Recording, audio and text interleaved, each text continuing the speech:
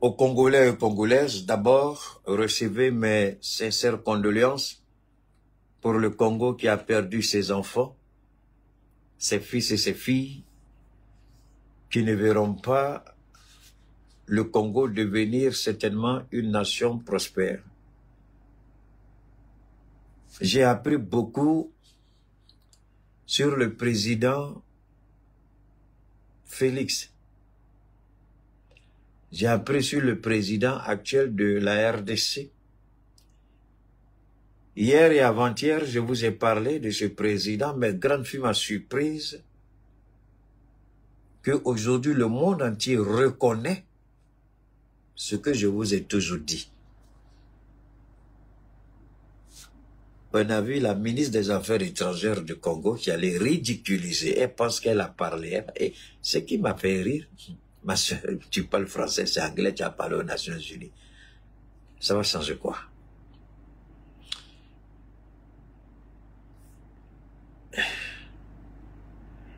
Je ne parle pas parce que je vais soutenir qui c'est qui dit. Dieu seul est témoin, ce n'est pas mon intention. Il ne m'intéresse pas parce que je pense que c'est un président qui est lâche.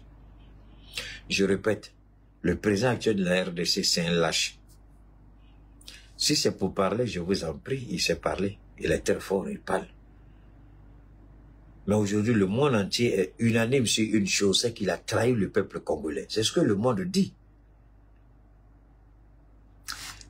Il était à Davos, la rencontre des... Je vous ai parlé de Davos, non, où Donald Trump a pris la parole la semaine dernière. Il était là-bas. Il allait faire des grandes déclarations. Et ce que j'ai dit de Philippe,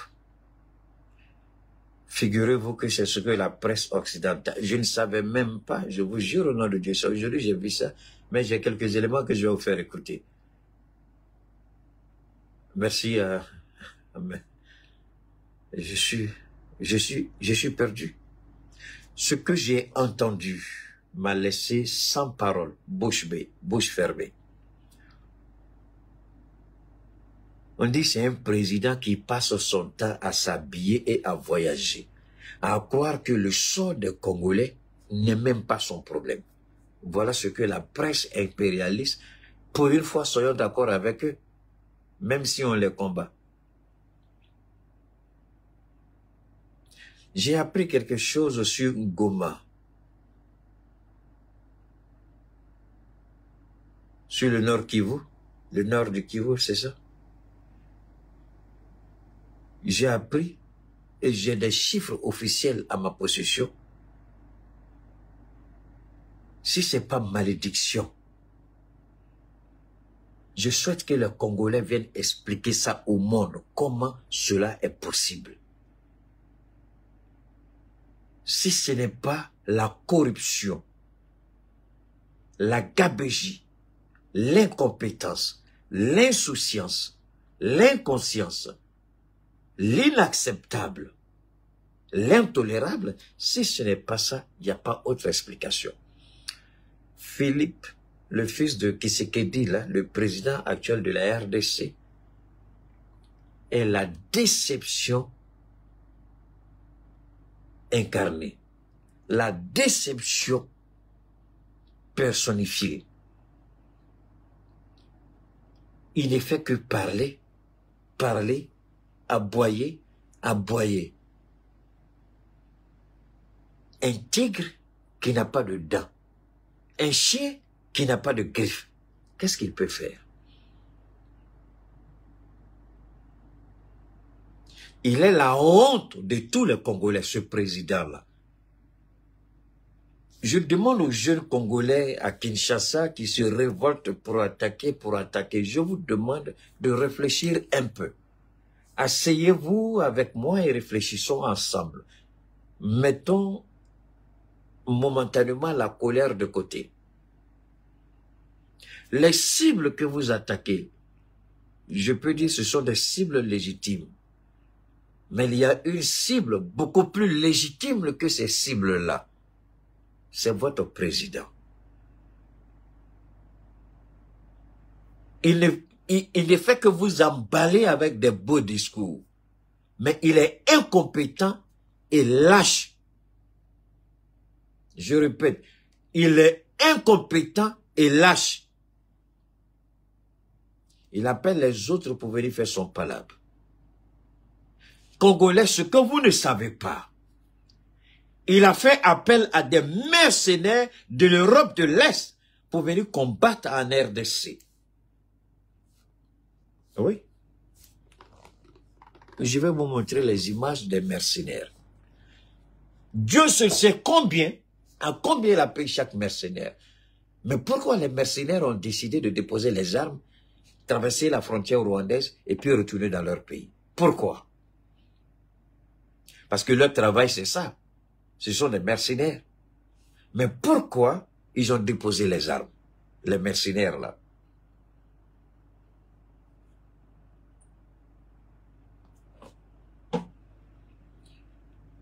J'ai vu les images, j'étais dépassé. Et j'ai vu quelqu'un qui essaie de justifier ça. Je suis d'accord. Mais, avant de faire appel aux mercenaires pour venir faire toi ton palabre, quelle est ta place? Quelle est toi-même là? Quelle est ta place dans le combat? Qu'est-ce que tu fais? Ou qu'est-ce que tu as fait? On a vu les mercenaires en Ukraine. Est-ce que les mercenaires en Ukraine ont pu changer la donne sur le terrain? Non. À un moment donné, les mercenaires ont commencé à dire quoi? On ne va pas sacrifier notre vie pour ça. Qu'est-ce qui a fait échouer Kadhafi? Je passe mon temps à parler, mais j'ai l'impression qu'on a encore des présidents idiots sur cette terre-là, sur ce beau continent africain. Kadhafi a été tué parce que Kadhafi misait sur les mercenaires.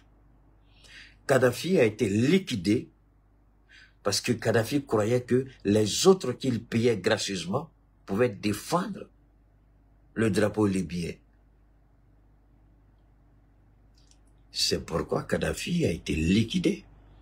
Les mercenaires ont déposé les armes, ils ont pris les armes qu'ils pouvaient, ils sont allés sur le marché noir, ils ont commencé à vendre ces armes-là. Ils ont disparu, ils sont partis. L'armée libyenne était à 70-80% des mercenaires, à part les officiers supérieurs qui étaient des Libyens, la plupart, les soldats de rang, les sous-officiers, c'était des mercenaires. Principalement les Touaregs là, du nord du Mali, du Niger, de la Mauritanie, des Algériens aussi. Il y avait toutes les nationalités dedans. Mais Philippe fait appel à des mercenaires pour défendre l'intégrité du territoire congolais. Réfléchissons ensemble comment cela peut fonctionner. Mais qui a poussé Philippe? Donc c'est pourquoi je dis aux jeunes Congolais, à Kinshasa, ceux qui sont en train de tout détruire et tout casser, pourquoi vous ne demandez pas à être enrôlés dans l'armée? Parce que vous êtes fâchés, vous voulez préserver le Congo, mais personne ne préservera le Congo pour vous. Donc, il faut faire attention. Les Congolais, faites beaucoup attention. Vous êtes énervés, les jeunes. On vous a vu faire les casses, on vous a vu faire les pillages, on vous a vu aller prendre ceci, cela, casser des magasins, des boutiques. C'est pas ça. C'est pas ça. C'est pas ça. C'est pas de ça qu'il s'agit. Vous voulez gagner ce combat-là? Faites comme les Maliens, comme les Burkinabés. J'ai vu un groupe d'autodéfense aussi. Parce qu'il y a beaucoup de groupes d'autodéfense aussi au Congo. J'ai vu des groupes d'autodéfense. Donc, en moins de 24 heures, j'ai eu une tonne d'informations qui m'ont laissé vraiment en bouche bée. Je me suis posé la question, mais pourquoi Philippe, il fait ça? Et je suis resté là, sans savoir ce que je dois dire. Des mercenaires qui ont déposé les armes. Des mercenaires et des soldats congolais ont traversé la frontière pour se rendre. Mais attendez, je vais vous dire quelque chose. Je suis contre Paul Kagame, contre tout ce qu'il fait. Mais j'ai vu la frontière terrestre rwandaise, on a quand même un musulman à côté. Le rebelle voyou de Kagame, là, on n'est pas d'accord avec lui à 90%. Mais acceptons 1% seulement là, acceptons de reconnaître que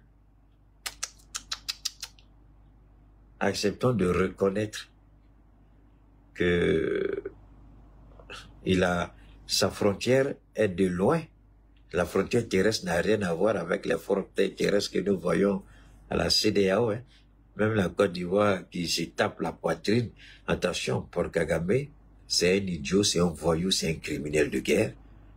C'est un meurtrier, on est d'accord sur tout ça. Mais quand vous regardez la frontière terrestre du Rwanda, vous avez l'impression que vous êtes à l'aéroport. Combien de nos pays, même à AES où on fait un combat dans la carte de la vérité, j'ai voyagé dans les frontières. Souvent, je prenais le car pour voir un peu les réalités du terrain. Nos frontières, quand vous arrivez là-bas, ça fait rire. Bon, passons, ça c'est juste... oh là là, je dois faire... j'atteins un élément important. Ça met du temps pour revenir là. On va attendre un peu, hein, le temps que toutes les informations montent à la surface. Alors,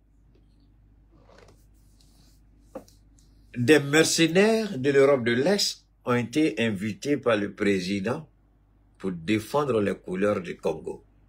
Alors qu'il y a des jeunes Congolais, certainement qui sont prêts pour aller au front. Mais le seul problème, ce que j'ai entendu dans mes recherches, ce qu'on m'a dit, ce que j'ai vu, c'est qui est en train de détruire la RDC. Il paraîtrait que c'est pourquoi je comprends pourquoi le ministre d'État, le ministre de la Justice de la RDC a demandé que la corruption, les vols des deniers publics soient considérés au même titre pénal, hein, comme un crime commis par les, comment on appelle les jeunes gens qui tuent en RDC là, les, j'ai oublié le nom des petits voyous là, qu'il a commencé à traquer là. Il dit, il faut que tous ceux qui vont commettre des crimes à ce niveau-là, parce qu'il a expliqué lui-même, il dit lui-même, ils ont essayé de l'entraîner dans leur jeu. Les ministres qui changent de véhicule chaque année, ils ont une nouvelle voiture. Lui, il dit, depuis qu'il est nommé ministre, il a gardé le même véhicule. Mais ses collègues ministres ont changé au moins 2 ou 3 fois leur véhicule. Lui, il a toujours la même voiture. Et les gens ont voulu l'entraîner dans leur jeu. Il dit qu'il n'a jamais accès. Les Kuluna, merci beaucoup, Sungalo. Les Kuluna. Il dit, il faut, de la même manière que les Kuluna, c'est la peine de mort, il faut que les voleurs des deniers publics soient aussi condamnés à des peines de mort. Et je comprends pourquoi il a dit ça, parce que je m'étais posé la question, mais j'ai dit, mais pourquoi il dit ça?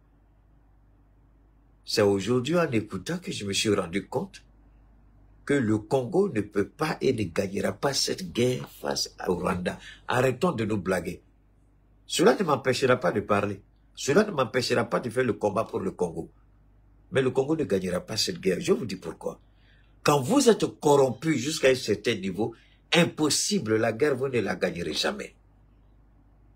C'est ce qu'on a vu avec Poutine à un moment donné. Pourquoi Wagner s'était révolté sur le terrain en Ukraine? Ils ont dit que l'armée russe, que les officiers supérieurs sont corrompus. Ça a amené Poutine à réévaluer. Il n'a pas fait publiquement, mais en bas, il a travaillé sur toute la ligne. Par rapport aux revendications de Wagner, il a compris qu'il y avait légitimité, mais il n'a pas apprécié l'attitude de l'autre. Mais Prigojine, il n'a pas apprécié, mais il a compris que le monsieur pointait du doigt, c'était une réalité.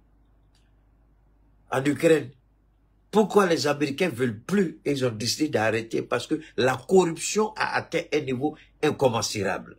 Ce sont les armes de l'Union européenne, ce sont les armes de l'OTAN données à l'Ukraine qui se retrouvent dans le Sahel ici.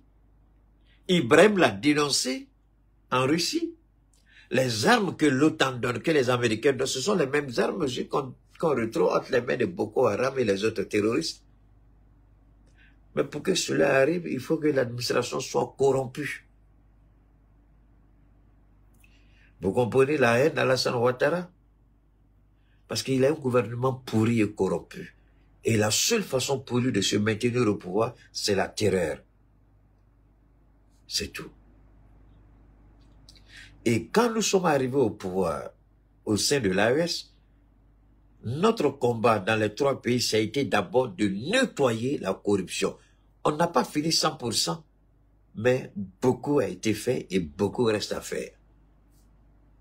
Alors, tant que Tshisekedi, là, le petit, là, il ne comprendra pas, il va sacrifier la vie des Congolais pour rien. Puisqu'il a une administration corrompue et pourrie. Et c'est sur ça que Paul Kagame est en train de surfer. Et c'est sur ça. Sinon, je voudrais que vous m'expliquiez. Le Rwanda fait 26 000 km². Vous avez bien compris. 26 000, à peu près 27 000 km². 14 millions d'habitants. La RDC, plus de 2 millions de km², 100 et quelques millions d'habitants. Armée, le Rwanda, c'est 33 000 militaires. La RDC, c'est 134 000. Expliquez-moi. J'ai du mal à comprendre ici la mathématique. J'ai du mal à comprendre ça ici. Expliquez-moi, parce que là, moi, je suis perdu. Il a le triple, non, le quadruple de l'armée. Non, non, non. Il a 5 fois plus.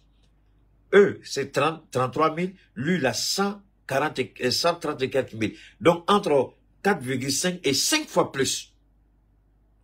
Comment Kagame arrive alors à appuyer le M23 qui a déjà contrôlé Goma? Ils sont assis à Goma. Ils ont pris le contrôle de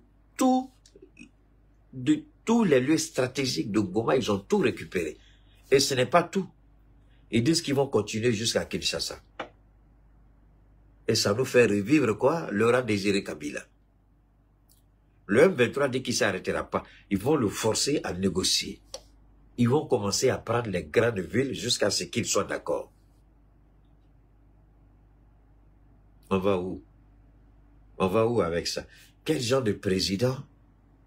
On n'est pas fatigué d'avoir ce genre de président?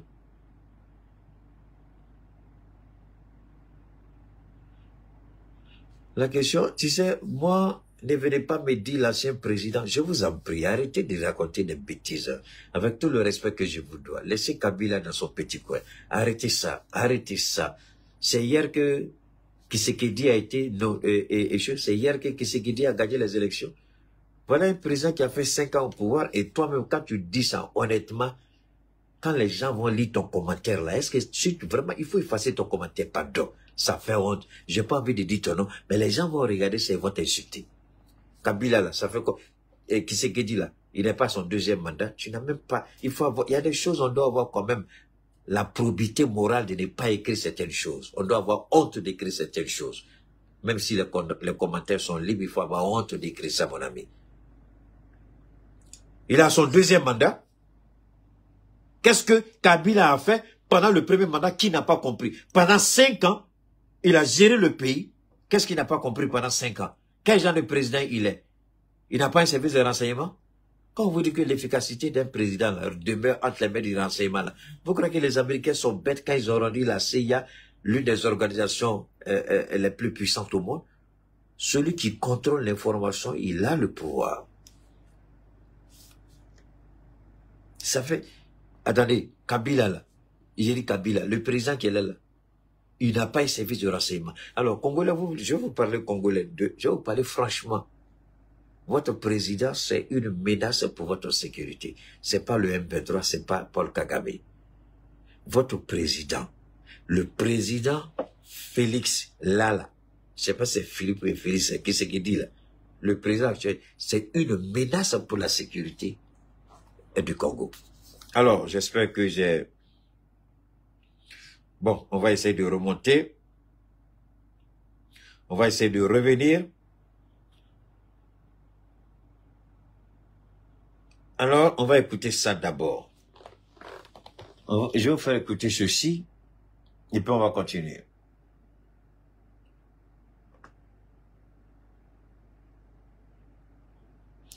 Parce que ça sert à rien. Moi, j'ai... Donne-moi une seconde, s'il vous plaît. Voilà. Oh là là.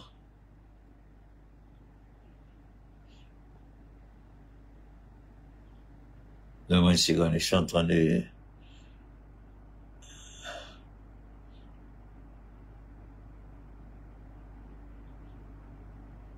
OK.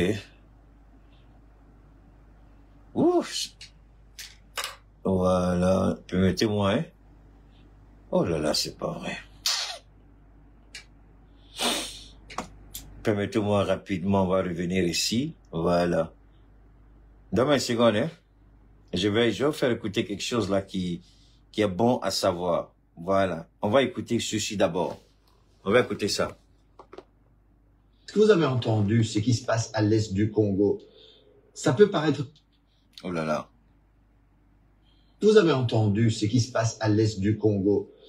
Ça peut paraître loin, mais savez-vous que l'Europe y joue un rôle direct et mortifère. Okay, alors commençons par le début. À l'est du Congo, au Kivu, la frontière avec le Rwanda, la guerre a causé environ 6 millions de morts. Certains estiment d'ailleurs que la moitié de ces morts seraient des enfants, imaginez-vous. Alors aujourd'hui, on parle surtout du groupe dit rebelle du M23 qui déstabilise la région. Et en fait, avec l'aide du Rwanda, ce groupe occupe aujourd'hui une partie du territoire congolais. Et le rôle du régime rwandais est fondamental. Les Nations Unies ont constaté que le Rwanda ne livre pas seulement des armes ou de l'argent, mais a même des soldats sur place.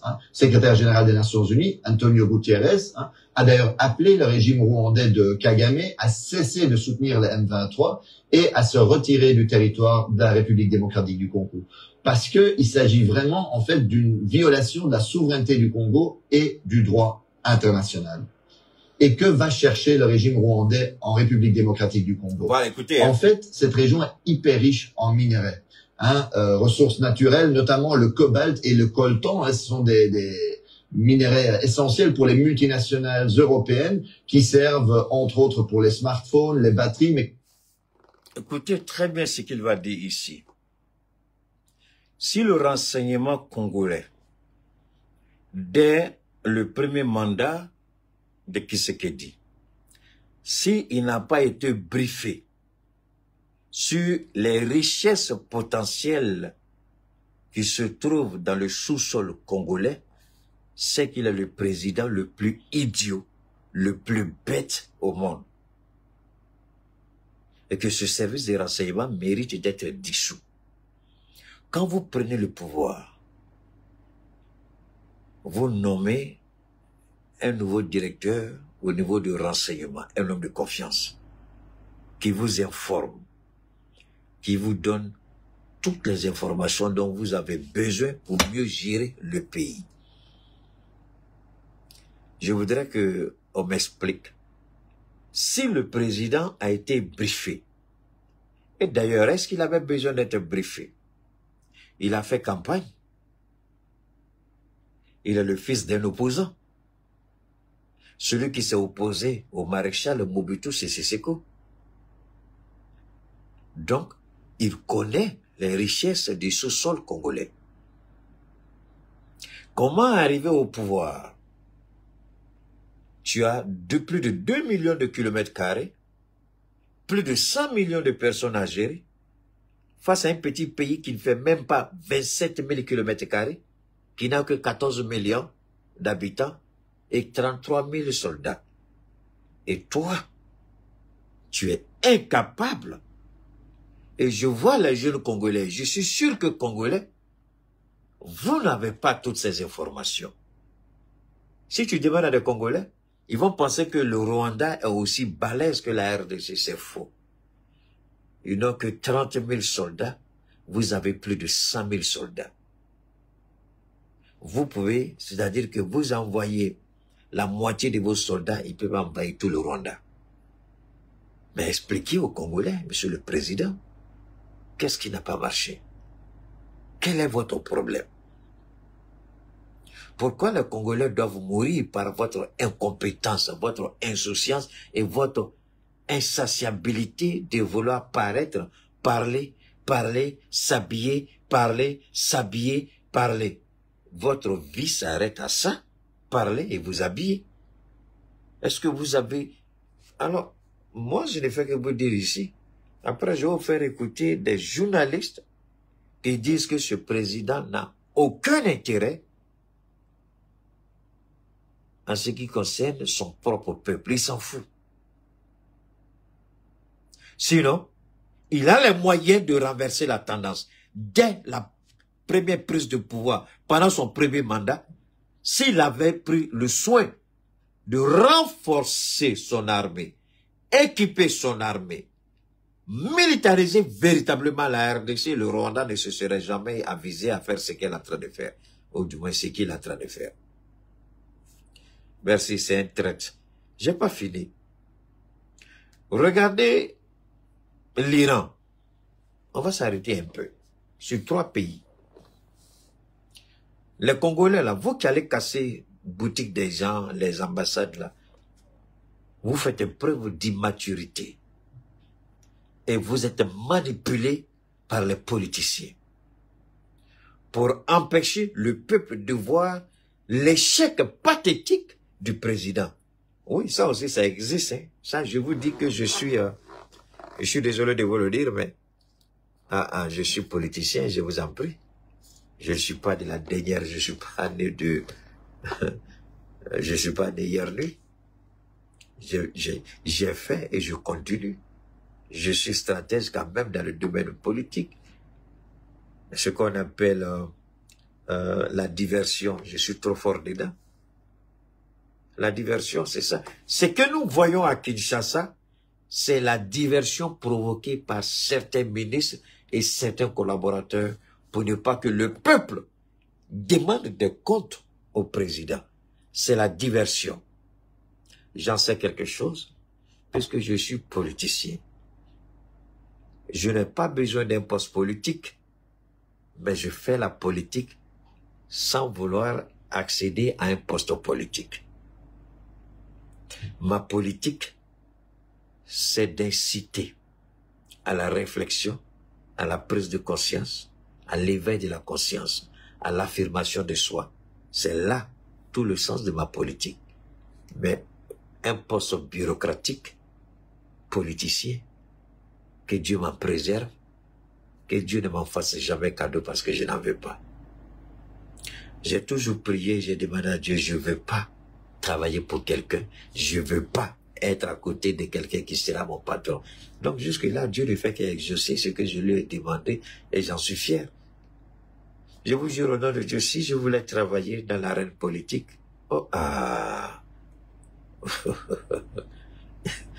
croyez que le capitaine m'aurait refusé si je lui propose mes services? Ou le général, les deux, vous croyez qu'ils allaient me refuser?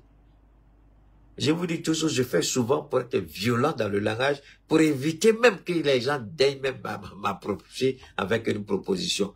Ça, c'est fait exprès. Voilà pourquoi je vous dis, je ne suis pas journaliste. Donc, je fais exprès pour dire bâtard, pour que, président Assimi, c'est Keïta tu as appelé, lui qui insulte les gens sur le réseau là. Donc, le président même va même pas avoir une idée même de m'appeler. Tout ça se fait à dessein, c'est fait de façon volontaire. Je fais exprès. Parce que je ne veux pas être à côté d'eux. Je veux rester dans le peuple. Le poisson hors de l'eau, comme l'a dit Oufoué, même si je ne suis pas d'accord avec lui, le capitaine hors de l'eau n'est rien. Il dit le poisson hors de l'eau n'est rien. Lui, là, le capitaine hors du peuple, il n'est rien.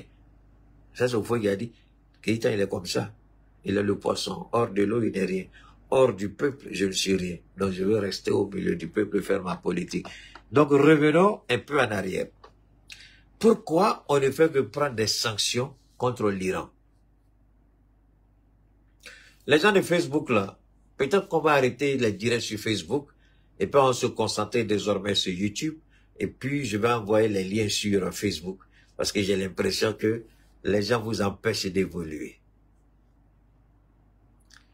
Hein? On attend Facebook pour rien. Je vais arrêter momentanément sur Facebook et puis dès que je suis en direct, je lance le lien là-bas. Ou bien je vais activer mon application Prism, hein, pour que les gens de Facebook puissent regarder. Alors, je répète une dernière fois. Pourquoi l'Iran, ce sont les sanctions et jamais on veut attaquer l'Iran? Parce qu'on connaît la puissance de feu de l'Iran. Tout ce que les Américains peuvent faire, ce sont des sanctions, des sanctions, des sanctions et des sanctions. Gardez ça en esprit.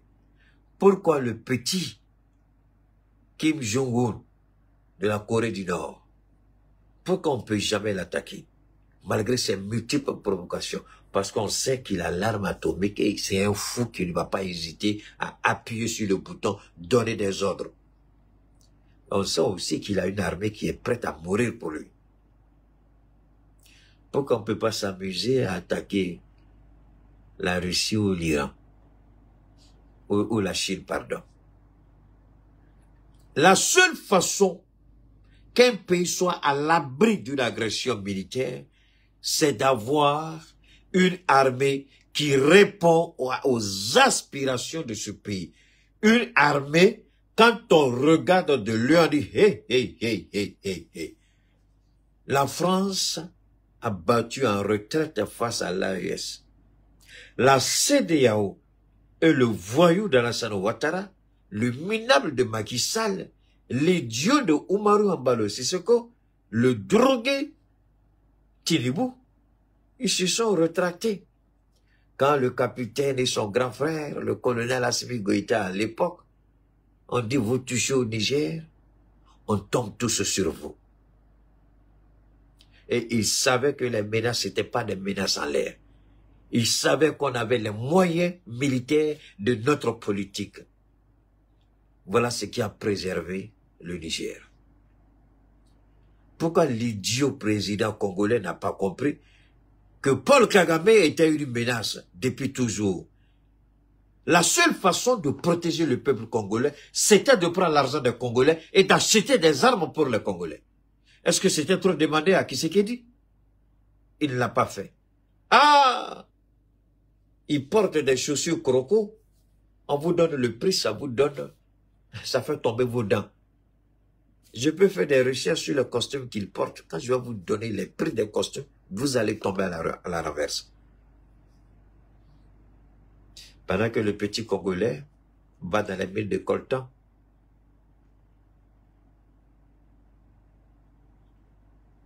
de cobalt, mains nues, pieds nus.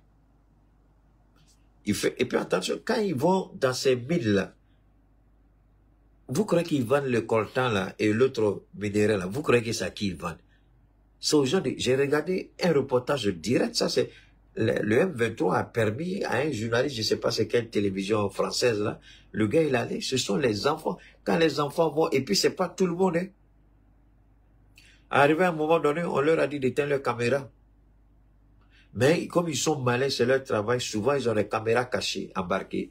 C'est-à-dire, votre bouton là, le bouton ici, le bouton que j'ai ici, vous voyez que c'est un bouton, mais en réalité, c'est pas un bouton, c'est une caméra. Très souvent, c'est ce que les journalistes portent. Ou les stylos qu'ils mettent ici, vous croyez que c'est un stylo, c'est pas un stylo, il y a une caméra qui est dans le stylo. Donc, les gens filment avec ça. Donc, vous allez voir le gros caméra, il va déposer, mais il y a. Est-ce que vous voyez? Donc, pour nous, donner, il y a un petit bâtard qui est là, je vais l'enlever, mon frère. C'est mon direct. Voilà. Idiot. Il faut partir. Alors, donc,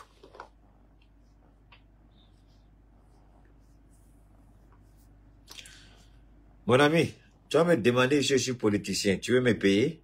Donne-moi, il y a des gens qui viennent ici, tu me demandes ça pourquoi? Hein? Tu me demandes ça pourquoi? En quoi est-ce que cela va t'aider? C'est ce que je dis, que si ça ne t'intéresse pas, tu te déconnectes, c'est tout. Tu n'es pas obligé de m'écouter, mais les questions que je sois politicien, je sois. Il y a une école où on va pour devenir politicien. Tu connais une école pour ça? Hein? Les analphabètes politiciens qui sont partout là. Ils sont déjà allés à l'école. On t'a dit qu'on a besoin d'aller à l'école pour être politicien. Tu en as besoin d'avoir un diplôme pour être politicien. Aïe. Bon, je peux pas t'en vouloir. Comme tu viens de dire, tu viens d'arriver. Quand tu connais pas, tu arrives chez les gens, tu te tais et puis tu écoutes. C'est la meilleure façon d'apprendre. Alors, donc, je continue. Donc, pour attaquer un pays, vous jugez d'abord quelle est la puissance militaire qui est en face de moi. Est-ce que la puissance militaire qui est en face de moi peut m'empêcher ou peut me rendre néant?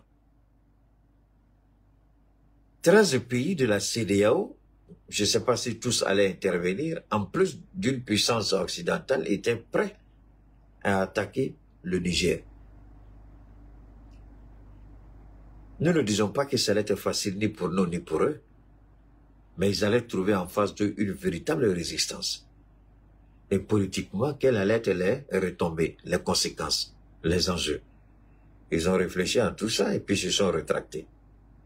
Mais quand vous avez des voyous comme Alassane Ouattara, qui a la grande gueule, je le répète, mais qui vaut absolument rien parce que c'est un criminel, c'est un voyou, il a trahi tout le monde, c'est pas un homme d'honneur, c'est pas un homme de parole, parce que quand vous dites donnez-moi 5 ans, et puis vous venez mentir après pour dire circonstances atténuantes, le candidat, comme vous le savez, il est décidé, vous savez, j'ai pris combien d'années pour préparer Goncoulibali, il dit, on t'a dit que c'est une monarchie, c'est une république.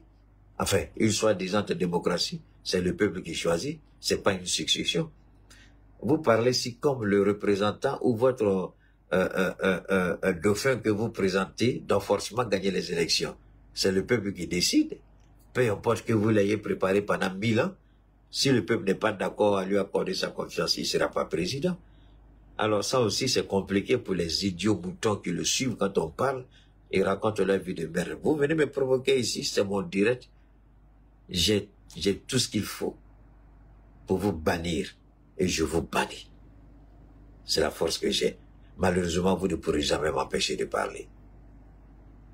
Moi, je vous chasse, vous ne parlez plus pendant mes interventions et moi, je continue à parler. Vous allez entendre que Keïta parle, peut-être vous allez vous cacher pour m'insulter sur l'écran de quelqu'un. Mais vous n'allez jamais être capable de m'empêcher de parler parce qu'il y a longtemps, je suis là. Hein? Vous êtes pathétique et pitoyable. Alors, vous voyez, l'AES a montré à Tshisekedi que la seule façon de se faire respecter, c'est de se prendre en charge. Premier élément. Deuxième élément, ce que Tshisekedi, peut-être qu'il le sait, mais il refuse de l'admettre. Quand il est venu au pouvoir, la France a dit quelque chose que je vais vous laisser écouter. Hein? Il y a un petit, je suis tombé sur sa vidéo.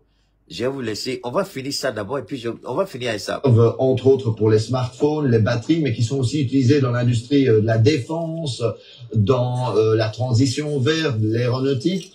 Et donc le Kivu contient 60% des réserves mondiales de coltan à lui tout seul. Imaginez-vous l'impact. Vous avez bien entendu, 60% des réserves mondiales de coltan. Un minerai rare et très cher d'ailleurs. Quelqu'un disait hier, le kilo fait 60 000 francs CFA. Waouh! 60%. Et le Congo est l'un des pays les plus pauvres au monde. Il n'est pas à son premier mandat. Il est à son deuxième mandat. Bientôt, il va partir. Est-ce que c'est une malédiction? C'est pourquoi hier, j'ai dit, l'Afrique, victime de sa richesse, victime de sa bénédiction, victime de ses réserves naturelles. Et Tshisekedi est la preuve vivante et palpable de la lâcheté des présidents africains. Il est à son 2e mandat. Il a eu 5 ans. Je peux dire, son premier mandat, la première année devait être une année de grâce. Les 4 années à venir, il devait préparer, comme l'a dit tout à l'heure ma grande sœur, qui veut la paix prépare la guerre. Et c'est Tshisekedi a préparé cette paix-là. Écoutez, parce que beaucoup d'hommes n'ont pas une idée. Même moi, je n'avais pas une idée exacte de ce que le coltan représente. 60% des réserves dans le monde. Un seul pays, une seule région. Tout ce qu'on a demandé à Tshisekedi, protège cette région. Protège notre réserve. Protège l'avenir du Congo. Il a échoué. Tout ce qu'on lui a demandé, protège cette région. Si nécessaire, il faut la militariser. Il a échoué. Aujourd'hui, le Rwanda a accès à 100% de cette réserve et le Congo à 0% là-bas. C'est inacceptable. On va continuer d'écouter. Importance stratégique de cette région. En d'autres mots, la guerre, les massacres, la déstabilisation à l'est du Congo arrangent bien ceux qui veulent voler les richesses naturelles à les matières premières du Congo. Et sans surprise, un groupe d'experts des Nations Unies a constaté qu'en 2023, le Rwanda a enregistré une hausse sans précédent de ses exportations de coltan, une augmentation de 50% par rapport à l'année précédente. Et chaque mois, par exemple, M23 fait passer en contrebande 150 tonnes de coltan, de la localité congolaise. Bachili, tu es là? Ok. Je voudrais ceux qui sont là sur... et faites-moi le calcul. 150 tonnes. Donc 150 tonnes. Une tonne, ça fait combien de kilos? Une tonne, ça fait combien de kilos? Non, dites-moi. C'est pas 1000? Une tonne, c'est 1000 kilos, non? Ok, si c'est 1000 kilos, d'accord? Maintenant, vous, 1000 kilos, c'est pas ça? 150. Donc, vous multipliez les 150 tonnes par 1000. Ce que vous allez trouver, vous multipliez ça par 60 000 francs CFA. Et vous allez voir ce que le M23 gagne quand il fait passer ça à Paul Kagame. Calculez, et puis vous allez voir le montant. Alors, est-ce que c'était compliqué pour la RDC de dire, on n'a pas les moyens dans notre caisse, les caisses de l'État sont vides, mais ce n'est pas tout. Moi, je vous parle du coltan. Je ne vous parle pas du cobalt, je ne vous parle pas de l'or, je ne vous parle pas du diamant. Parce qu'en réalité, le Congo-Kinshasa n'est pas trop connu par rapport au coltan ou au cobalt, mais surtout par rapport au diamant.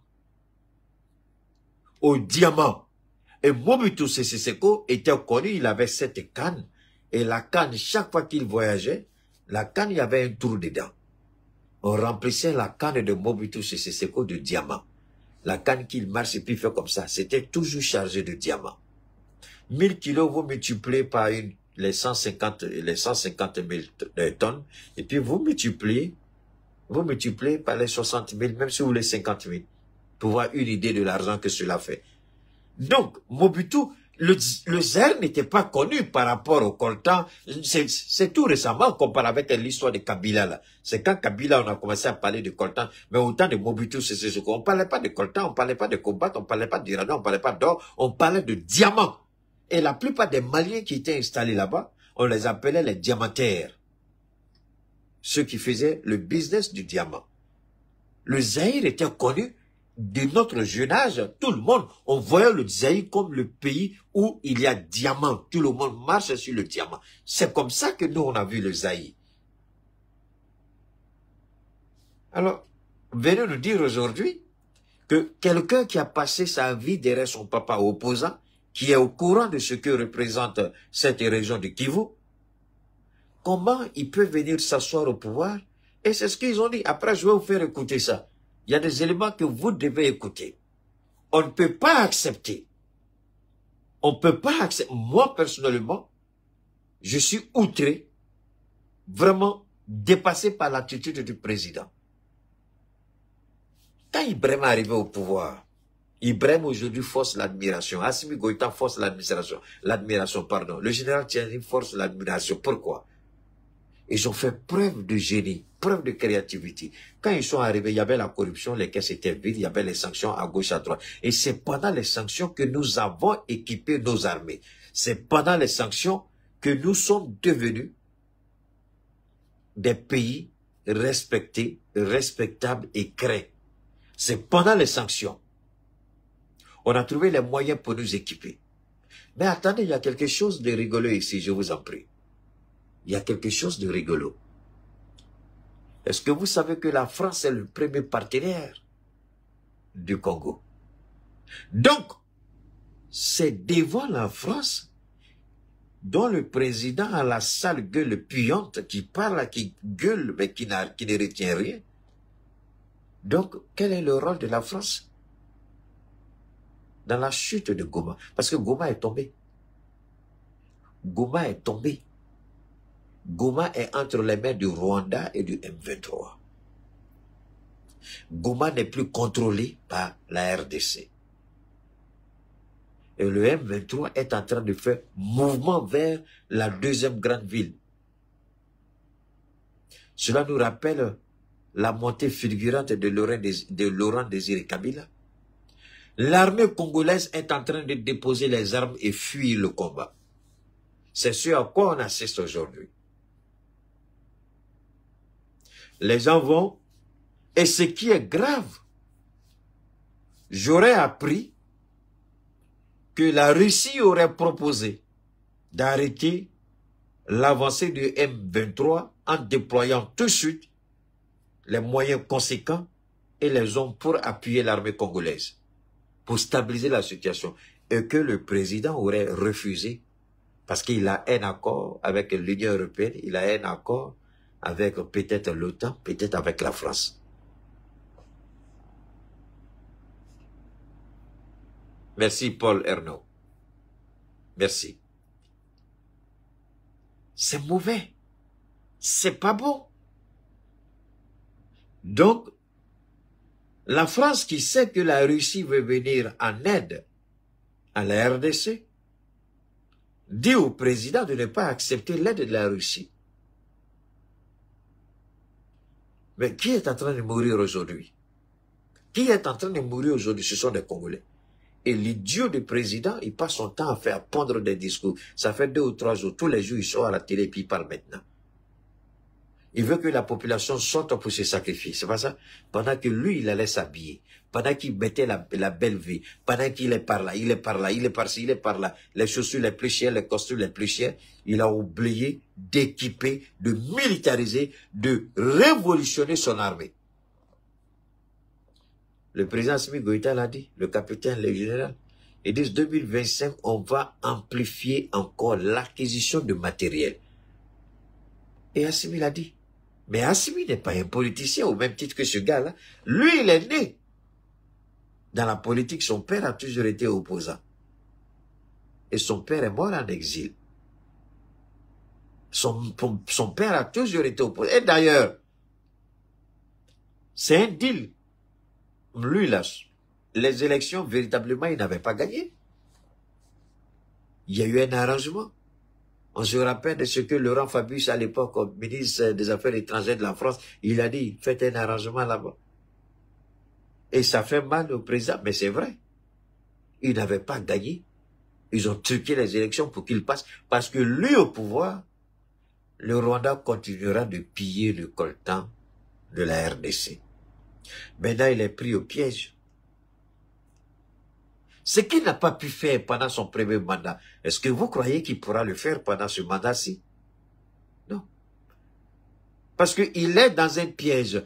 Tant qu'il ne va pas sortir de ce piège-là, peuple congolais, ce que moi je vous dis aujourd'hui, vous n'êtes pas obligé d'être d'accord avec moi.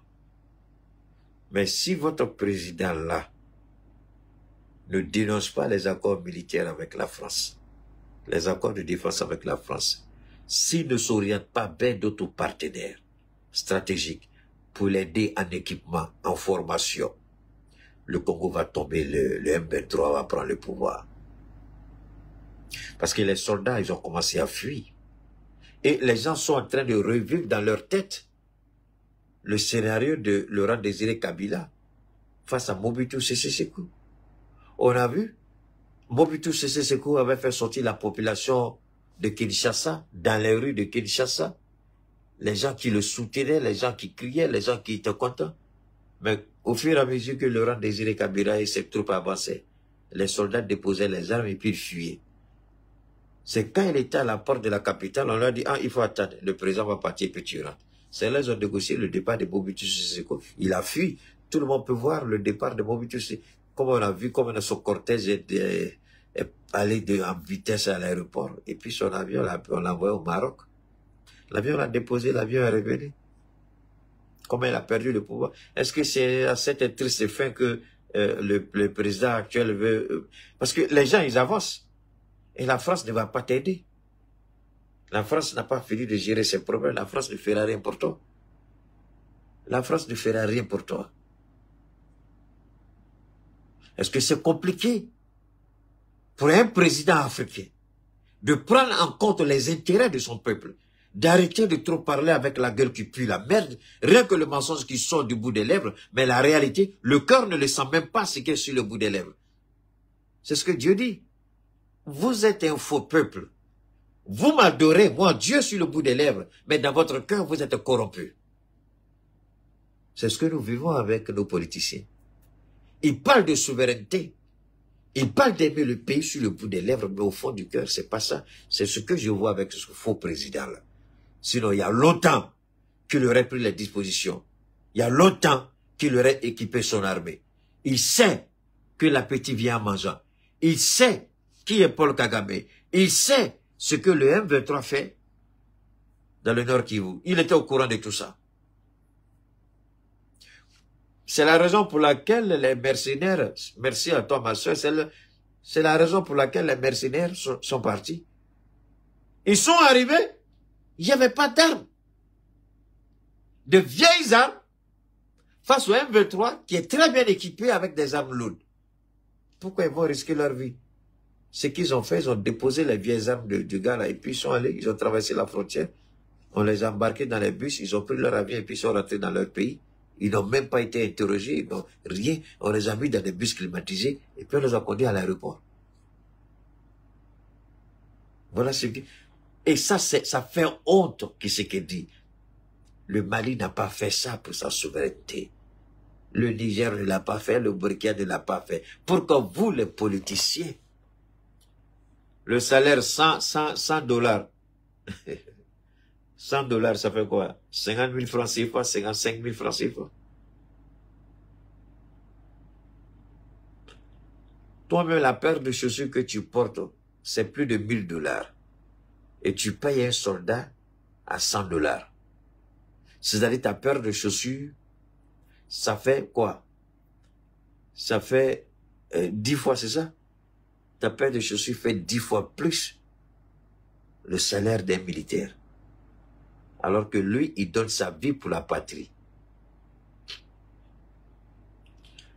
C'est pourquoi je dis aux jeunes Congolais, vous choisissez mal votre cible. Ce n'est pas les ambassades qui constituent une menace pour vous, mais c'est votre président qui n'est pas à la hauteur. C'est lui le véritable problème.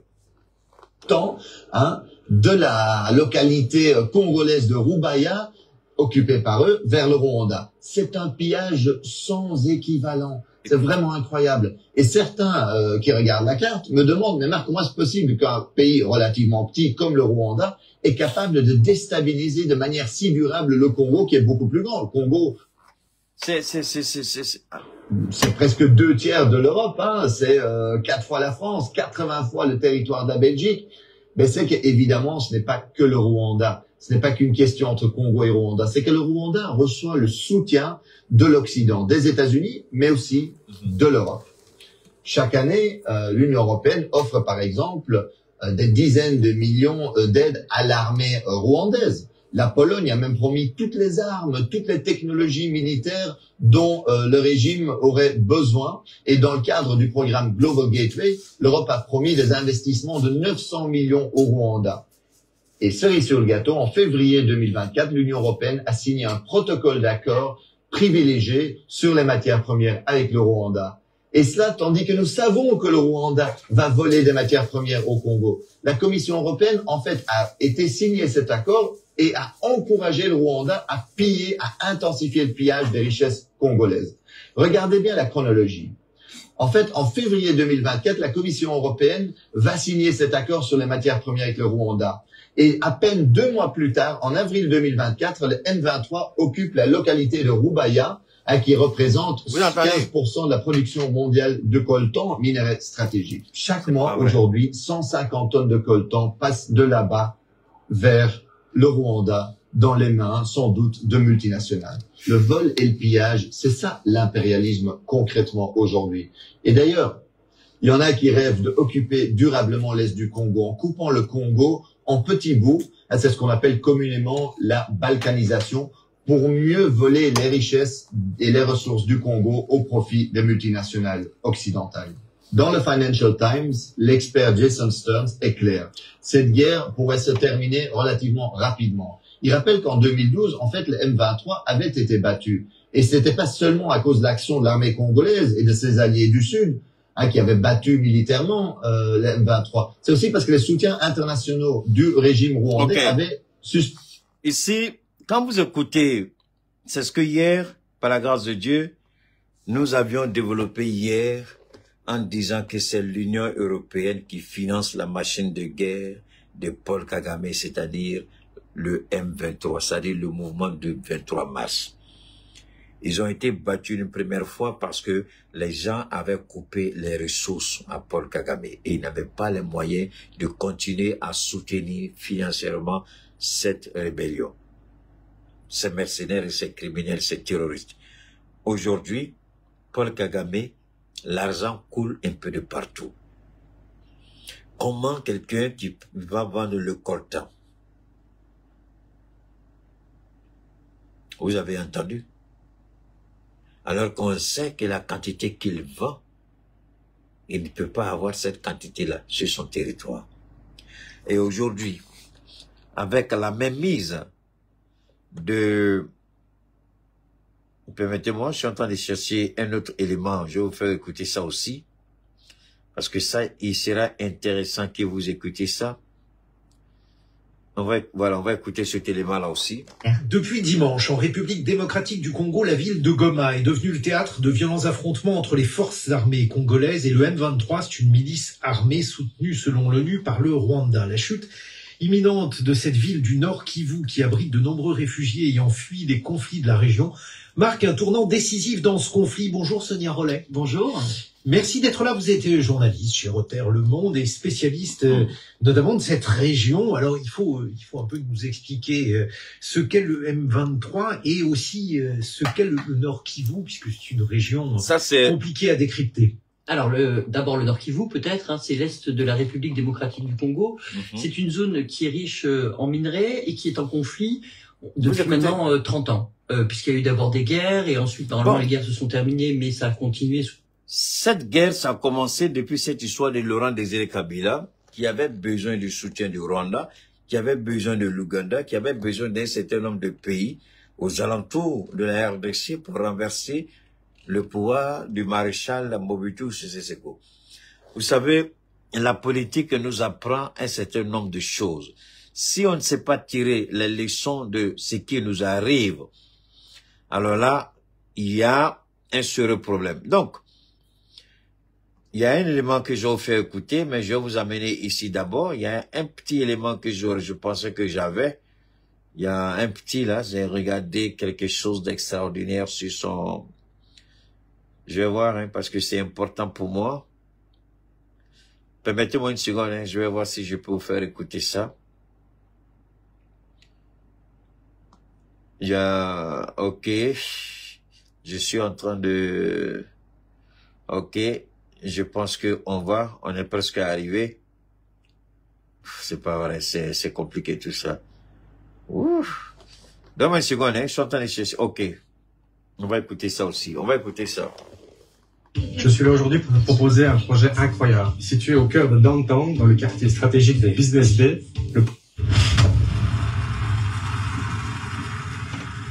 À l'origine, en 2012, c'est un mouvement militaire de l'Est du Congo qui est le dernier avatar des nombreuses guérillas congolaises à dominante Tutsi, dont l'objectif est de défendre la communauté Tutsi de l'Est du Congo contre les attaques des anciens génocidaires Hutus des FDLR qui circulent au Congo et qui bénéficient d'une certaine complicité des autorités congolaises d'alors. Vous avez bien compris. Dès la naissance du M23 en 2012, ces commandants sont très proches de l'état-major des forces armées rwandaises, et c'est toujours le cas aujourd'hui avec le chef militaire du M23, le général Sultani Makenga. De 2013 à 2021, il y a une accalmie sur le terrain. Mais en 2021, le Congo se rapproche de l'Ouganda et signe avec ce pays un accord sécuritaire et économique. Pour le Rwanda, c'est alors un casus belli et le M23 repart en guerre. À la fin de l'année dernière, Paul Kagame fait savoir à Félix Tshisekedi qu'il veut bien calmer le jeu si le président congolais accepte de négocier directement avec le M23. Refus de Tshisekedi qui reste sur sa ligne. On ne discute pas avec des terroristes. Quelques jours après le retour au pouvoir de Donald Trump. Quand des idiots présidents répètent comme des perroquets la ligne politique de l'Occident, on ne discute pas avec les terroristes. Est-ce qu'ils sont bêtes ou bien ils sont idiots? Tous les présidents du monde discutent avec les terroristes. Mais, officiellement, le pays dit « je ne discute pas avec les terroristes ». Mais officieusement, les services de renseignement discutent avec les terroristes. Sinon, pourquoi les organisations terroristes gagnent autant d'argent dans les enlèvements, dans les prises d'otages? Hein? Mais toi, tu es un président, toi, tu es idiot. Je ne discute pas avec les terroristes. Toi, tu les qualifies de terroristes. D'accord. Mais tu n'as pas les moyens pour les combattre. Et puis tu dis, je ne discute pas. Attendez, quelqu'un qui est en face de toi, il peut te sonner. Tu dis, je ne discute pas, d'accord. On dit, bon, laissez-les se battre. Il va te mater, te briser, te prendre encore. Malgré que tu sois brisé encore, il n'est pas content. Il te reprend encore. Le morceau qui reste, il brise, il reprend encore. Chaque petite partie de ton corps, il va tout briser. Toi, tu dis, je ne discute pas avec un terroriste, un idiot comme ça. Toi, tu es américain. Quand l'Américain dit, je discute, ça, c'est la Maison Blanche. Ça, c'est le Pentagone. La CIA, le FBI, la NSA. Ils discutent avec les terroristes. Vous parlez bêtement sans savoir de quoi vous parlez. Vous répétez comme des perroquets ce que le blanc dit. Est-ce qu'on t'a dit que la CIA ne discute pas avec les terroristes? On t'a dit que le FBI ne discute pas avec les terroristes? Mais Barack Obama, Donald Trump, tous les présidents à la Maison Blanche, c'est la Maison Blanche qui officiellement ne discute pas avec les terroristes. Attendez, cet idiot de président de Tshisekedi là, qui a fait libérer les otages israéliens entre les mains de Hamas? Le Hamas est considéré comme quoi? Comme une organisation terroriste. Mais ils ont discuté, non? Il n'y a pas des otages qui ont été libérés? La semaine dernière, combien d'otages ont été libérés? Les Israéliens. Dès la prise du pouvoir de Donald Trump. Il y a 3 jeunes dames qui ont été libérées. Après, il y a eu d'autres personnes qui... Mais le Hamas est considéré comme une organisation terroriste. Alors, comment, on a quand même expliqué comment ces terroristes ont été libérés? C'est parce qu'il y a une négociation. Toi, tu n'as aucun moyen. Tu n'as pas de marge de manœuvre. Tu n'as aucune force. Tu n'as pas d'armée. Tu vas recruter mercenaires. Je ne dis pas un terroriste. Est-ce que ton armée la peut tenir devant le M23?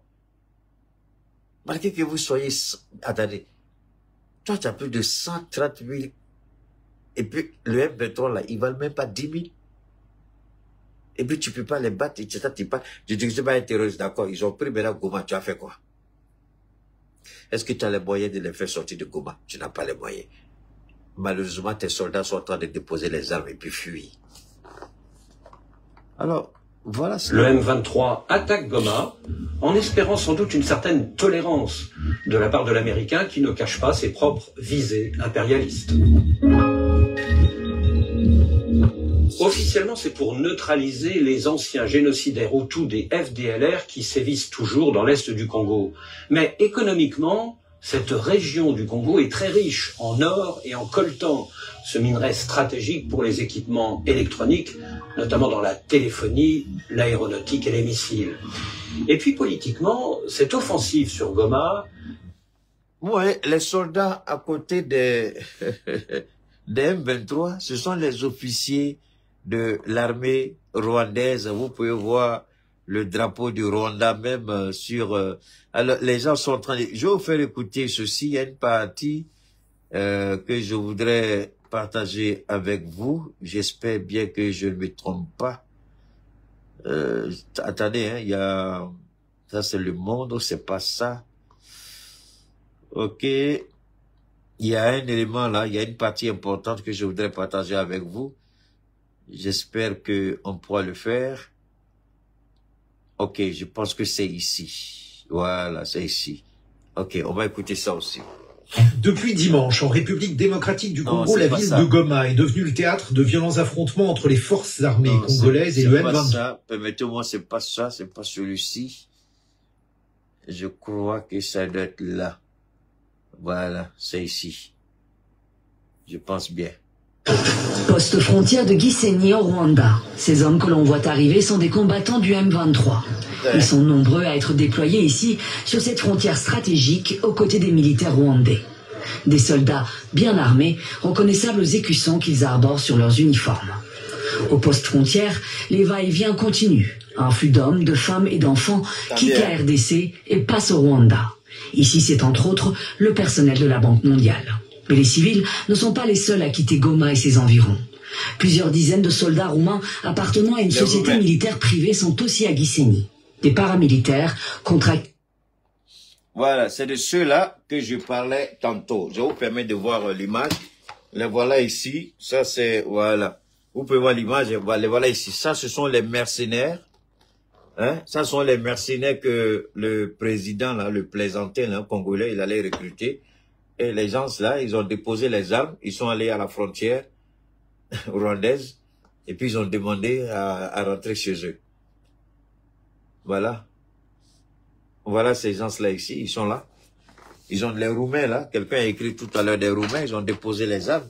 Alors, pourquoi ils ont déposé les armes? Parce que tout simplement, vous allez voir que ce qui leur a été dit, c'est pas ça quand ils sont arrivés sur le terrain. Bon, il appartient au président. Il y a un truc important que il y a un... Non, c'est pas ça. Je pensais avoir récupéré un élément là, partagé avec vous. Malheureusement, je ne retrouve pas l'élément. C'est pas grave. Si je ne retrouve pas, c'est pas grave, on va laisser tomber. J'aurais bien voulu vous montrer ça. Il y a... Donne-moi une seconde, je vais voir si je peux retrouver l'élément. Si je ne retrouve pas, comme je le dis tout à l'heure, c'est pas un souci, on va laisser tomber. On va laisser tomber. Si, au cas où je ne retrouve pas, c'est pas... Je vais voir ici, si c'est... Je vais vérifier d'abord, hein. Je vais vérifier d'abord. Et puis ensuite, je vous fais écouter.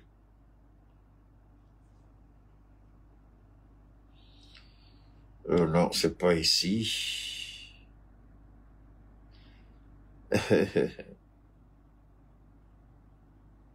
Bon, je pense que l'élément, on dirait que j'ai perdu l'élément, c'est pas grave.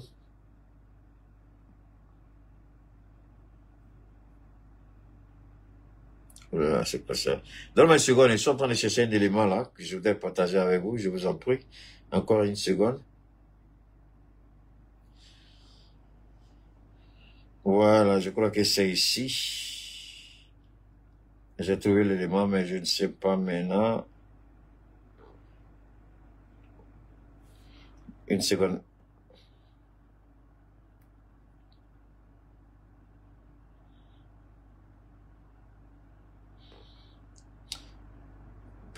Une seconde, les gars.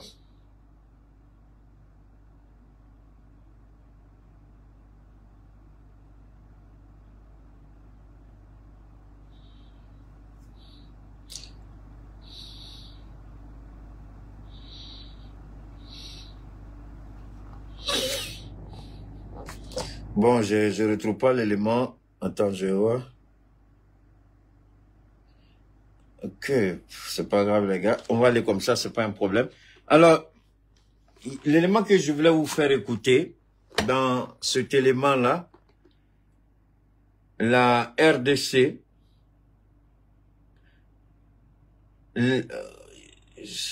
Oh là là. Pourtant, l'élément là, j'avais tellement bien choisi pour vous. C'est un élément qui était... Ouf, merde. L'élément est tellement bon. Bon, c'est pas grave. Et ça fait partie des, des erreurs du... Souvent, les petits calculs qu'on fait, on passe à côté. Alors, c'est pas un souci, c'est pas grave. Ce qu'il faut retenir ici, le président Félix, je pense bien qu'il s'est dit, doit comprendre que Paul Kagame, il est prêt à défier, pas seulement la communauté internationale, mais il est prêt à défier, en tout cas, tout pouvoir si nécessaire. Parce que pour Paul Kagame, qu'est-ce qu'il dit? Paul Kagame dit, Goma est une menace pour la sécurité nationale du Rwanda. C'est ce que Paul Kagame dit. Mais est-ce que cela peut justifier l'agression rwandaise en RDC? Et l'élément que je voulais vous présenter, ça me fait tellement mal, je n'ai pas, il y a une séquence d'intervention. 1. Le ministre des Affaires étrangères de la France, il dit que ce n'est pas par les armes qu'ils arriveront à résoudre quelque chose. Mais il faut négocier. Africains, Africaines, aidez-moi à comprendre. La France dit que ce n'est pas par les armes qu'il faut négocier. Mais qu'est-ce que la France fait en Ukraine? Les Européens se sont opposés à tout dialogue avec Poutine. Tout ce qu'ils ont dit, il faut soutenir, soutenir, soutenir, soutenir, soutenir, sans relâche. Alors, voilà l'Union européenne et l'OTAN qui versent des milliards et des milliards d'euros et de dollars en armement, en soutien à l'Ukraine. Et quand c'est la RDC, alors qu'ils ont besoin de ce minerai, technologie. Quand vous entendez intelligence artificielle, là, vous pensez que la technologie, ils ont besoin d'un certain nombre de composants. Et la RDC détient 60% des réserves mondiales de ce composant-là. Les trucs de la RDC, est-ce que les Congolais comprennent la valeur qu'ils ont? Est-ce que les Congolais réfléchissent à ce qu'ils représentent réellement dans le monde? Regardez Shanghai. Pourquoi la Chine est prête à déclencher la 3e guerre mondiale et dit qu'elle ne va pas renoncer à sa souveraineté sur Shanghai? Pourquoi les Américains veulent que Shanghai soit détaché de la Chine? Parce que les micros, comme on appelle les microprocesseurs, il y a beaucoup de composants, des téléphones, des logiciels, des avions, ça vient de là-bas. La technologie, ça vient de chez eux. Les fusées, vous avez entendu tout à l'heure dans le commentaire, les fusées, les logiciels, les drones de surveillance, les radars de surveillance, les avions, tout ce que vous pouvez imaginer comme logiciel de communication. Ils ont besoin de cet élément-là. Et les Congolais ont ça en quantité industrielle sous leurs pieds. Ils marchent dessus. Et aucun président à la date d'aujourd'hui n'a été capable de dire attention. Voilà une zone qu'il faut militariser. Je vais vous amener à un autre niveau de la compréhension de l'échec de certains présidents et de la honte que nous devons avoir en tant qu'Africains. Vous avez entendu parler de l'Antarctique, là où il n'y a que la glace. Il y a une réserve intarissable de gaz là-bas. Je dis bien une réserve intarissable d'armes et de gaz là-bas. Et Poutine a pris le temps, il a demandé au génie russe, à l'armée russe, de développer des armes permettant à la Russie de pouvoir sécuriser sa portion. Chaque pays est parti, les Américains sont allés prendre pour eux. La Russie est le pays qui a la plus grande superficie. C'est pas la Russie seule. Tous les pays, en tout cas, qui peuvent développer une technologie pour permettre d'être là-bas, ces pays-là. Mais la Russie a dévancé tout le monde. Et la Russie a dit, l'avenir du monde, c'est là-bas. À cause des réserves qui sont là-bas. Ce sont des réserves qui n'ont jamais été exploitées. D'ailleurs, c'est pour ça que quand la guerre en Ukraine a commencé, la compagnie Total a investi des milliards et des milliards d'euros là-bas. Et le maudit de Zelensky avait demandé à Total de fermer. Total dit qu'elle ne peut pas fermer. Donc Total a été tellement intelligente, il y a eu un arrangement entre Total et la Russie. C'est comme la compagnie est passée sous le contrôle de la Russie, mais Total est là-bas. Donc Total a décidé de laisser des actions à la Russie et Total devient minoritaire. Mais c'est un arrangement dont ça c'est entre eux là-bas. Mais alors, Total dit qu'elle ne peut pas partir. Même s'il faut laisser, donc Total, le deal que Total a signé, c'est de dire à la Russie, on ne peut pas partir, on ne va pas quitter. On a trop investi, ça c'est l'avenir. On ne peut pas laisser ça. On aura besoin de ça. Donc il y a un deal qu'ils ont passé à la Russie, et puis on n'en parle plus. On les a mis sous les radars. Mais cette zone-là, Donald Trump revient en force. Il veut que les Américains arrivent. Donc la Russie les a dévancés sur le plan militaire, sur le plan technologique. La Russie a développé. Vous avez vu le bateau nucléaire là qui produit l'énergie. Le sous-marin nucléaire qui produit l'énergie, c'était par rapport à là-bas. Merci beaucoup, Sougalo Traoré. Donc, la Russie, pourquoi je vous parle de ça? L'Antarctique, c'est une conquête. Tous les pays qui ont une technologie avancée essaient d'aller pour prendre un peu dedans. Mais là-bas, c'est la glace seulement. Hein? Donc, les forces spéciales russes, c'est là-bas qu'ils sont formés. Eux, ce sont les criminels que Poutine ne fait pas sortir. Quand Poutine fait sortir ceux-là, c'est pas bon. Il y a des armes même qui ont été conçues uniquement que pour là-bas. Mais si ces armes-là, on les met sur les champs de bataille, ces armes-là peuvent faire disparaître l'Ukraine en une fraction de seconde. La question ici que vous et moi, on doit se poser, comment dans nos pays, à l'exception de l'AES aujourd'hui, en Afrique, à l'exception des pays maghrébins, c'est-à-dire le Maroc, même si je n'aime pas cet idiot de pays, l'Algérie, l'Égypte, la Tunisie, pas trop. Ce sont des pays qui ont développé une présence militaire sur des sites stratégiques.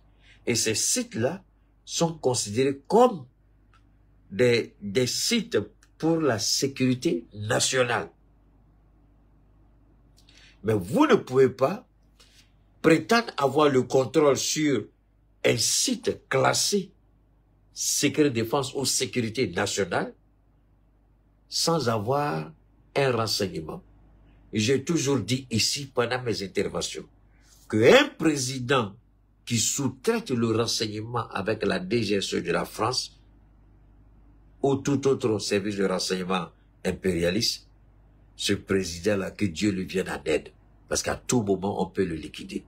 Pourquoi l'Occident, l'impérialisme échoue en Afrique, particulièrement dans le Sahel? Parce que, pour la simple et bonne raison que nous avons développé nous-mêmes notre propre réseau de renseignement. Nous ne sommes soumis à aucune puissance de ce monde. Nous avons la souveraineté totale sur notre service de renseignement, contrairement à beaucoup de pays africains. C'est pourquoi pourquoi on a chassé, la France a chassé son directeur de la DGSE. Et pourquoi les Américains, ils sont rentrés dans leur pire folie, et ils ne comprennent pas. Comment ils n'ont pas vu venir? Mais vous voyez venir à l'époque parce que notre renseignement a été entre vos mains. Aujourd'hui, là, vous n'avez pas notre renseignement. C'est pourquoi je dis à mon jeune frère Christ souvent, il faut même balader.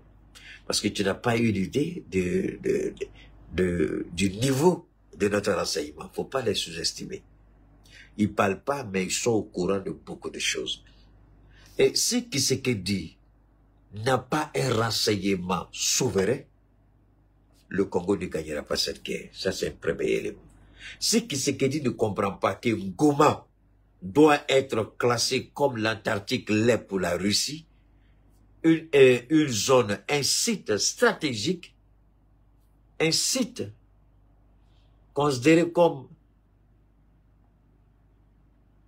je ne sais pas comment vous le bon français, mais comme une zone de sécurité nationale.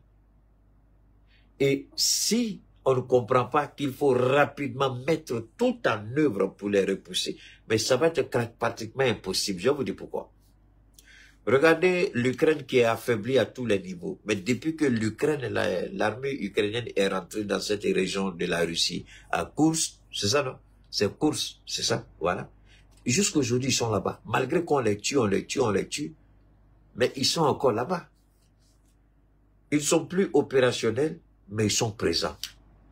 Ils font chaque fois que possible, ils sortent, ils font des opérations de, je ne sais pas, ils s'attaquent à la population civile, ils attaquent des bâtiments, à partir de là-bas, ils jettent des drones souvent vers d'autres villes russes.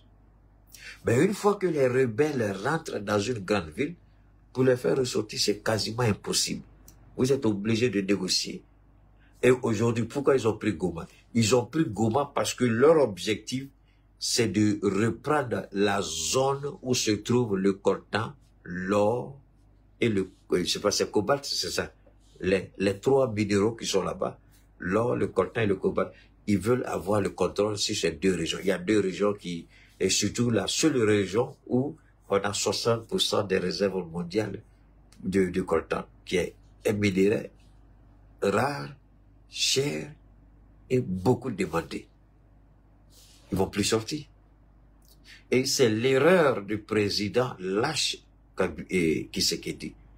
Il a trahi. Moi, vous me demandez, les Congolais doivent demander des comptes au président. Il a trahi.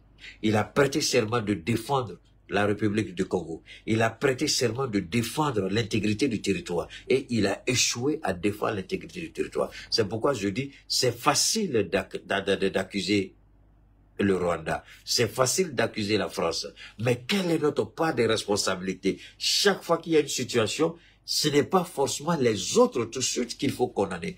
Qu'est-ce que nous n'avons pas fait? Qu'est-ce que nous aurions dû faire? Quelles sont les dispositions? Comme l'a dit ma grande-sœur tout à l'heure aux États-Unis, elle dit, qui veut la paix prépare la guerre. Est-ce que Tshisekedi n'a pas compris ça?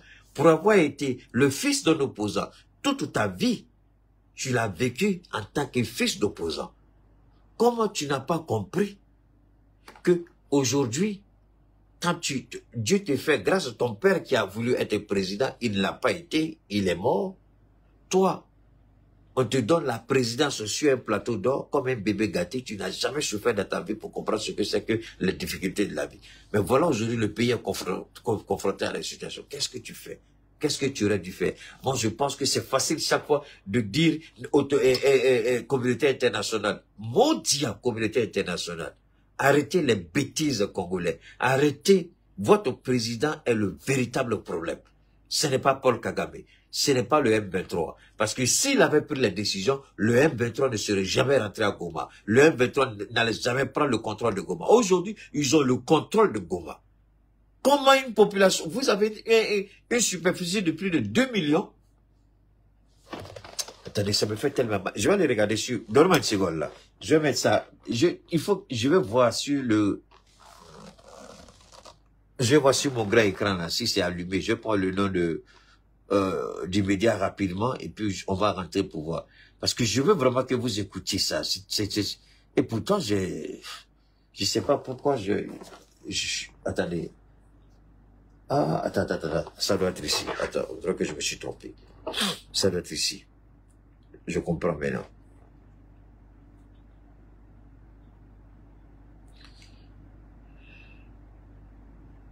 Voilà, c'est ça qui est là. Ok.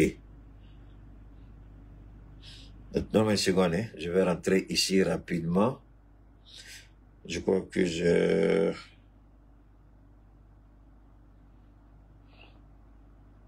Non, attendez, j'ai envoyé ça où?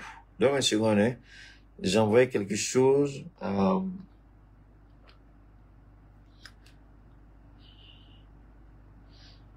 Donne-moi une seconde, il faut que j'arrive à récupérer. Il y a un élément que j'ai envoyé, c'est ça qui m'intéresse, quoi. Non, je crois que je dois retrouver ça ici. Si je m'abuse, ça doit être là.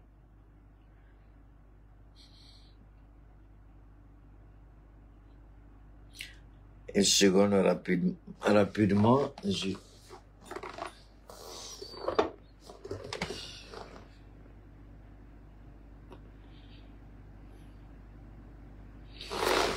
Une seconde, hein. On va écouter ça, j'arrive tout de suite. On va rapidement écouter ça.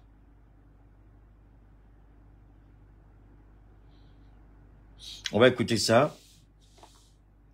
Le temps, oh là là, lui aussi veut me faire. Ouh, c'est pas vrai. Attendez. Ok, on va écouter ça. Poste frontière de Gisenyi au Rwanda. Ces hommes que l'on voit arriver sont des combattants du M23. Ils sont nombreux à être déployés ici, sur cette frontière stratégique, aux côtés des militaires rwandais. Des soldats bien armés, reconnaissables aux écussons qu'ils arborent sur leurs uniformes. Au poste frontière, les va-et-vient continuent. Un flux d'hommes, de femmes et d'enfants quitte la RDC et passe au Rwanda. Ici, c'est entre autres le personnel de la Banque mondiale. Mais les civils ne sont pas les seuls à quitter Goma et ses environs. Plusieurs dizaines de soldats roumains appartenant à une société militaire privée sont aussi à Gisenyi. Des paramilitaires contractés par Kinshasa en appui de l'armée congolaise. À quelques kilomètres de là, à Goma, règne un calme précaire. Le sort de la ville semble scellé ce mercredi. Les combattants du M23, soutenus par l'armée rwandaise, en occupent désormais la quasi-totalité. C'était un peu menaçant avec les coups de poil qu'on entendait, on a fait un peu peur. On nous a coupé la connexion, donc on est coupé du monde. C'est un peu ça qu'on réclame, qu'on remet le courant et la position. Mais surtout, à part ça, ça va. L'aéroport est tombé, le siège du gouvernement provincial a été pris et nombre de soldats congolais ont fui. Dans certains quartiers, on assiste à des scènes de pillage. Vous écoutez, non? Vous écoutez?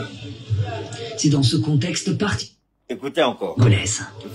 À quelques kilomètres de là, à Goma, règne un calme précaire. Le sort de la ville semble scellé ce mercredi. Les combattants du M23, soutenus par l'armée rwandaise, en occupent désormais la quasi-totalité. C'était un peu menaçant avec les coups de poil qu'on entendait, on a fait un peu peur. On nous a coupé la connexion, donc on est coupé du monde. C'est un peu ça qu'on réclame, qu'on remet le courant et la position. Mais surtout, à part ça, ça va. L'aéroport est tombé, le siège du gouvernement provincial a été pris et nombre de soldats congolais ont fui. L'aéroport est tombé, c'est fini. Le siège du gouvernement provincial capturé et beaucoup de soldats congolais ont fui. Cela ne vous rappelle pas Laurent Désiré Kabila? C'est ça le véritable problème. Alors, ça veut dire que Goma appartient désormais au M23. C'est fini.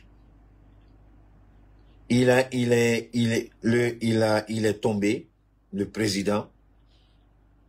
Il aurait pu peut-être, je le répète, hein, il aurait pu peut-être éviter. Est-ce que c'est pas ici? Attendez, hein. Ce que vous avez entendu, c'est qui se passe à l'est du Congo. Ça peut paraître loin, mais savez-vous que l'Europe y joue un rôle direct? Ouais, ça c'est pas ça. Il y a l'élément là. Franchement, si j'arrive à vous faire l'écouter, ce serait extraordinaire parce qu'il y a des choses dans l'élément quand vous écoutez, ça vous laisse sans voix. Alors vous avez bien entendu, les soldats ont fui. Si les soldats fuient Goma, maintenant qu'est-ce que les gens disent? La prochaine cible, c'est la deuxième ville la plus importante après Goma. Ils vont pas s'arrêter à Goma. Ils veulent progresser et ils veulent aller vers Kinshasa. Et en se dirigeant, si une deuxième ville ou une deuxième région tombe, lui qui dit ce sont des rebelles, lui qui dit que ce sont des terroristes, il sera obligé de discuter avec eux. C'est lui qui dit qu'il a un missile qu'il a orienté vers Kigali. Seul un enfant parle comme ça. Le président congolais est encore un bébé. Le président congolais, il n'a pas mesuré la gravité de la situation quand il tenait certains propos. Le président congolais, soit il a été manipulé par les anciens vautours du régime, soit il est incapable à gérer le Congo, soit il décide de laisser, je dis bien, soit il décide de laisser Paul Kagame faire ce qu'il veut pour épargner des vies humaines. Il a le choix. Ils ont déjà pris Goma, ils sont en train de... Maintenant, ils vont asseoir, ils vont mettre des éléments à Goma, ils vont sécuriser Goma, et puis ils vont maintenant... Maintenant, c'est l'armée rwandaise qui va venir s'installer à Goma. Je vous ai fait passer un élément où on parle de balkanisation. Quand ils vont venir, le scénario de la Russie risque de se produire. La Crimée. Pour faire pousser le Rwanda hors de Goma, ça va être compliqué. Parce qu'il va dire cela dépend de la sécurité nationale. Il va poser la question aux Européens. Est-ce que vous ne soutenez pas l'Ukraine face à l'agression russe? Pourquoi la Russie a agressé l'Ukraine? Parce que la Russie a estimé que l'Ukraine devenait une menace pour sa sécurité nationale. Il dit, c'est pas la même chose que j'ai fait ici. La RDC devenait une menace pour ma sécurité. Donc je suis venu m'asseoir. Si vous pouvez dire à la Russie de laisser tomber la Crimée, je laisse tomber Goma. Ce qui n'arrivera pas. Donc il a des éléments pour discuter. Les gens vous font croire qu'il y a des pressions. Ces pressions-là, c'est bidé, c'est zéro. Ça n'ira nulle part. Que Kagame est rentré à Goma, je ne sais pas comment il va sortir de Goma. Peut-être à sa mort, le nouveau président qui sera, peut-être à sa mort, il y aura un nouveau président avec qui il va falloir discuter. Sinon, tant que Kagame sera en vie, Goma c'est fini, il ne va pas lâcher du laisse. Il ne va pas laisser. Et c'est ce que Tshisekedi aurait dû comprendre. C'est là qu'il aurait dû commencer à armer. Vous voyez, malgré tout ce qu'on dira de nos régimes dans le Sahel, les gens vont commencer à nous respecter. Parce que nous, on a compris, seul le langage des armes permet de vous faire respecter. Seule la force de votre armée va pousser les autres à vous respecter. Sinon, imaginez comment un pays minuscule de 26 000 km² face à un géant de plus de 2 millions de km² arrive à faire plier le président de ce pays-là. Soit le président, il est indigne, il est incapable, il est inconscient et il ne mérite pas d'être à la tête de ce pays-là. Moi, je voudrais que Philippe explique aux Congolais comment le Rwanda qui n'a que 30 000 soldats, 26 000 km², 14 millions d'habitants, face au Congo, plus de 2 millions de km², plus de 130 000 soldats, plus de 100 millions d'habitants, qu'il explique aux Congolais. C'est pourquoi je dis à mes frères congolais, vous qui allez attaquer les ambassades, je comprends votre frustration, mais posez-vous une seule question. Qu'est-ce que le président aurait dû faire et il n'a pas fait? Comment et pourquoi Goma est tombé? Tshisekedi doit des explications au peuple congolais. Je suis contre Paul Kagame et je vais le combattre avec mes propos. Mais que les Congolais se posent les bonnes questions. Qu'est-ce qui n'a pas marché à Goma? Qu'est-ce qui aurait dû être fait? Est-ce que la France que vous attaquez aujourd'hui, vous avez brûlé l'ambassade à sa part de responsabilité? Oui. Mais la France a voulu nous imposer sa vision. On a dit non. La France a imposé. Ce que la France et la Banque mondiale et le FMI, ce qu'ils ont fait au Mali, avec Alpha Oumar Konaré, quand ce dernier a accédé au pouvoir, avec cette histoire de démocratie maladive, moribonde, stupide, une démocratie de malédiction, c'est de dire flamme de la paix. C'est d'empêcher le Mali d'avoir une armée digne de ce nom. Pendant ce temps, la France préparait le terrain pour les terroristes rebelles appelés Azawad.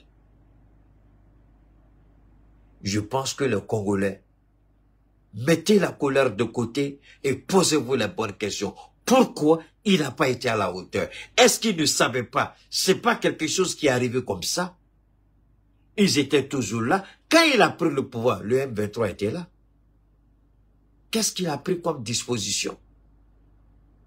Quand nous on venait au pouvoir, au Mali d'abord, ces maudits Azawadiens étaient là, avec leurs complices terroristes.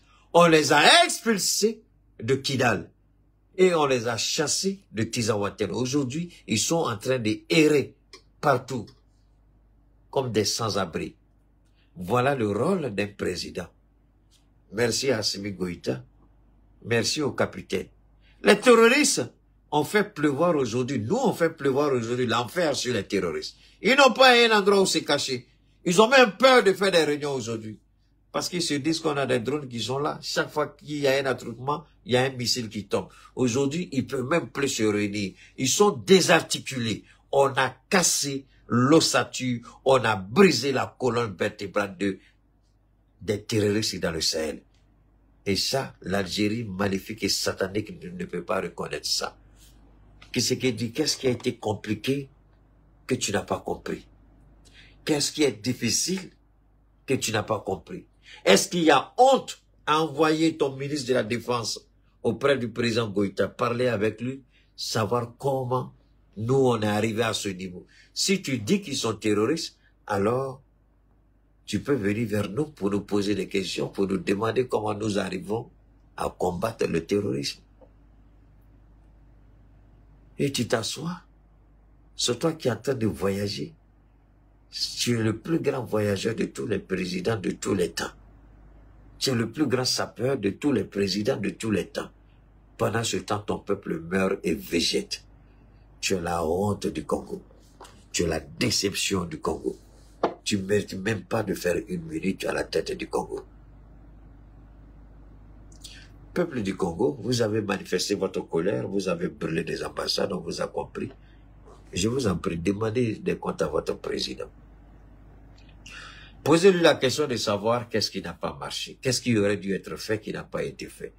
Veuillez tout simplement vous abonner et activer la cloche de notification pour ne rien rater. Retrouvez KDV sur YouTube, Facebook, TikTok.